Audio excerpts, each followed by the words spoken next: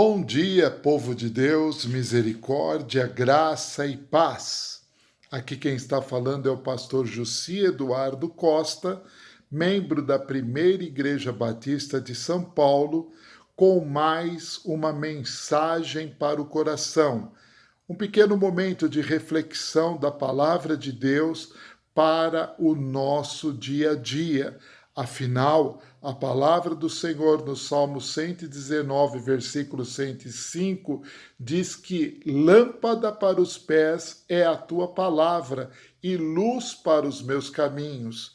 E a palavra do Senhor também vai nos dizer que todo aquele que busca a palavra do Senhor jamais será confundido. E a palavra do Senhor é a revelação do amor de Deus por nós, seres humanos pecadores. É a revelação da salvação de Deus através de Jesus Cristo, seu Filho, crucificado, morto, ressurreto e hoje à sua destra. E temos em nós e entre nós o Espírito Santo para nos convencer do pecado, da justiça e do juízo.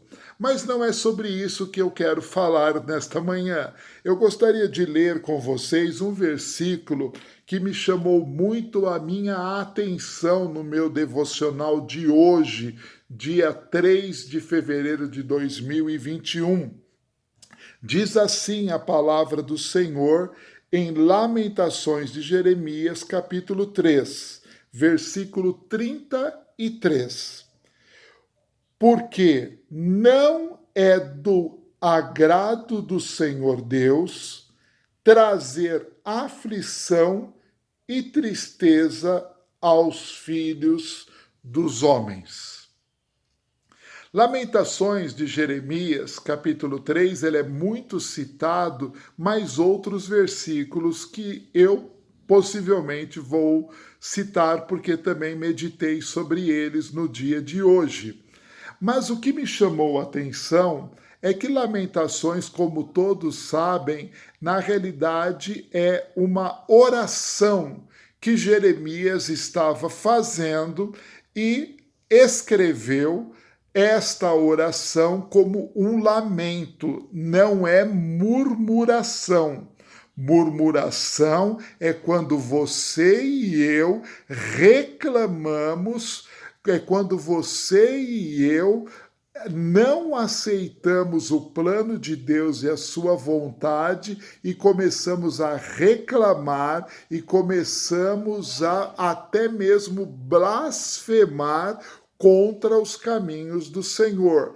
Isto é murmuração. O que Jeremias aqui está fazendo é abrir o seu coração, é abrir a sua alma, é colocar diante do altar do Senhor o seu rogo, a sua oração, a sua prece.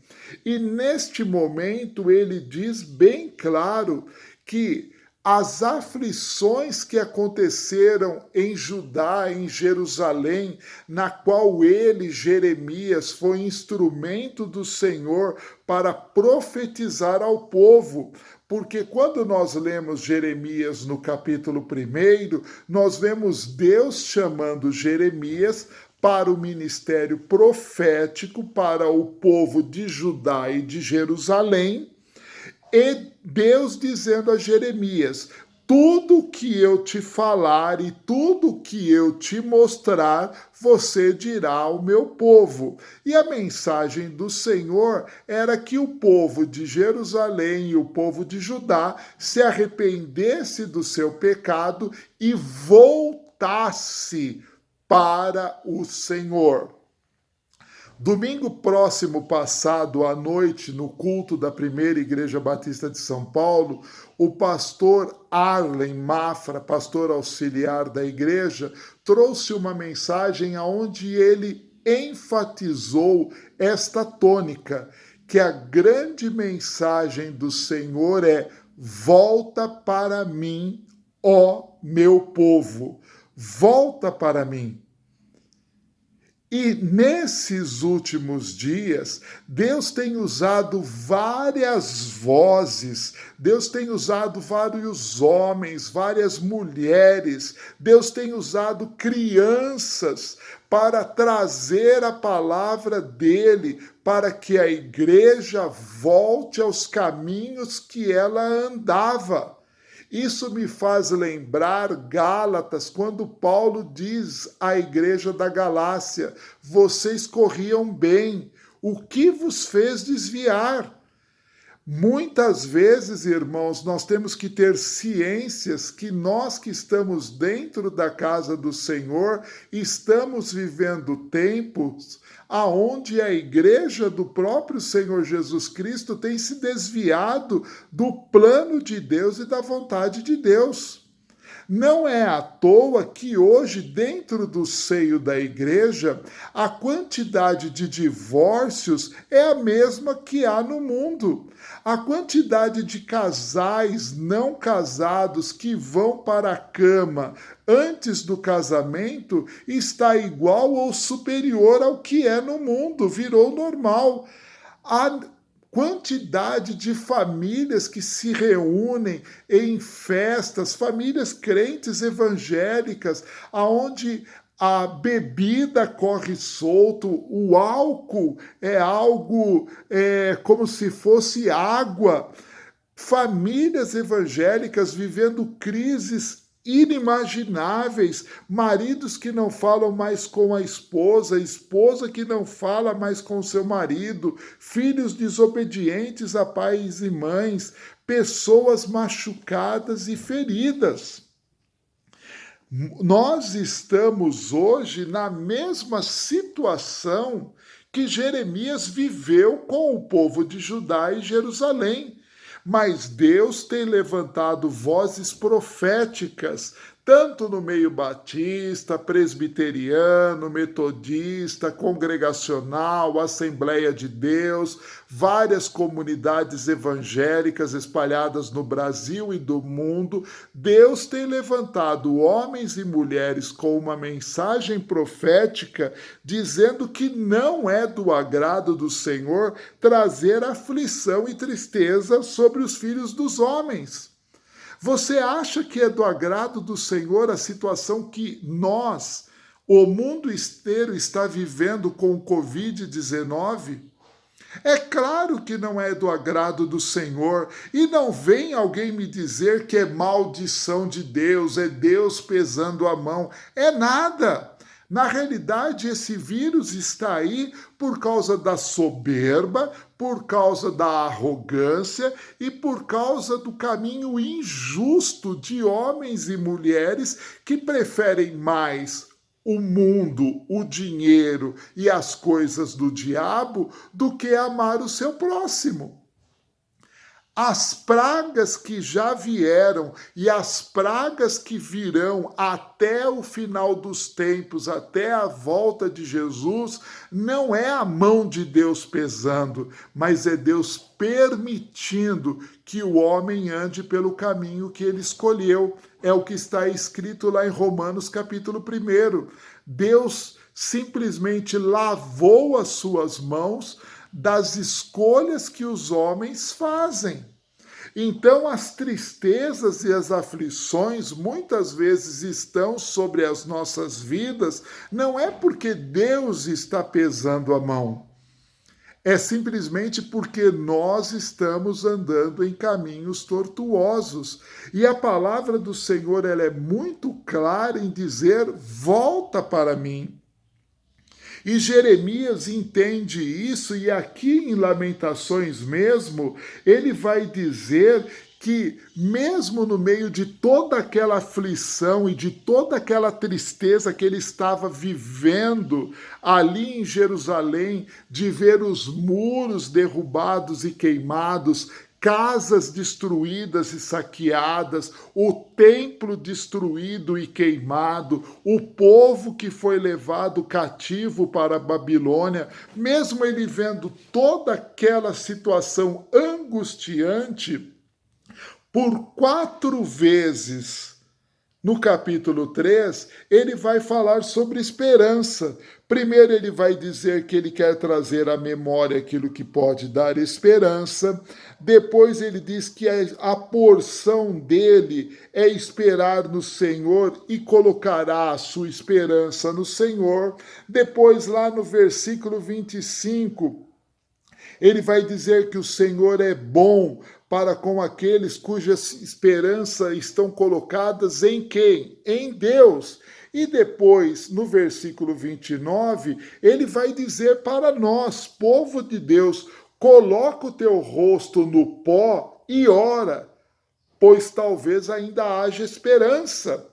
A esperança está em colocar as nossas vidas no altar de Deus. A esperança está em nós nos convertermos dos caminhos tortuosos que nós entramos. A esperança está em nós voltarmos a vivermos as bênçãos e alegria do Senhor. Muitas vezes nós estamos esperando que os outros nos tragam esta bênção. Muitas vezes nós estamos colocando este fardo sobre o ombro de um pastor, ou nós estamos cobrando da igreja que fazemos parte ou fizemos parte. Porque a igreja não fez isso por mim. Porque aquele não fez isso por mim. Mas a minha pergunta é: e Deus? O que Deus fez por você até o dia de hoje? O quanto Deus tem te livrado, o quanto Deus tem tratado com você, o quanto Deus tem te abençoado. E aí você não se afasta do Senhor, mas você se afasta da igreja do Senhor e do convívio dos santos. Pastor Jussi, mas a minha fé independe de eu estar na igreja ou não. Querido, vai falar isso para Deus. Porque quem criou, fundou, quem estabeleceu a igreja foi o Senhor. Não essa igreja que muitas vezes nós estamos vivendo hoje, mas o ajuntamento dos santos é plano de Deus desde o começo do mundo. Tanto é que Deus separou para ele um povo que era chegado, Deus deu a este povo um tabernáculo, Deus depois deu a este povo um templo, e Deus chamava este povo para celebrações e cultos. E lá no Salmo 133, se não me falha a memória, quando diz que ó quão bom e suave é que os irmãos vivam em comunhão, lá no versículo 3, bem no finalzinho do Salmo 133, diz que existe uma bênção específica do Senhor para quando o seu povo está reunido em comunhão. Então, meu irmão, minha irmã, nesta manhã eu quero dizer, Deus não quer o teu mal e Deus não quer o mal do mundo, não. Mas Deus quer que você coloque a sua vida no altar dele. Deus quer que você consagre a tua vida a ele. E Deus quer sim que você volte à casa de oração dele e que você o sirva em espírito e em verdade. Eu sei que hoje está muito difícil, mas eu quero te dizer, ainda existe um remanescente do povo de Deus que está buscando o mover de Deus, está buscando o viver das coisas espirituais. Não pense, meu querido e amado irmão em Cristo Jesus, que tudo que está acontecendo está passando desapercebido pelo Senhor. Ele está vendo tudo e ele diz que cada um dará conta de si mesmo diante dele.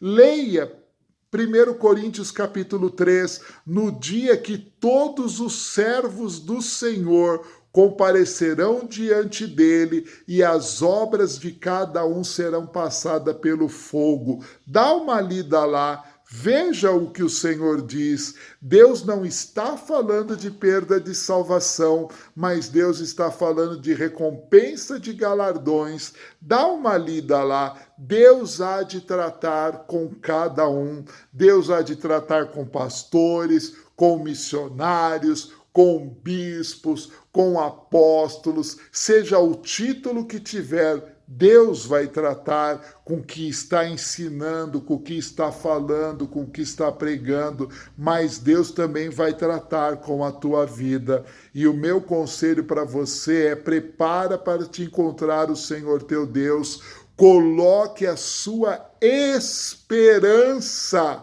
nas mãos do Senhor, viva uma vida de acordo com a vontade de Deus, viva uma vida segundo o que a Bíblia diz para que você possa viver.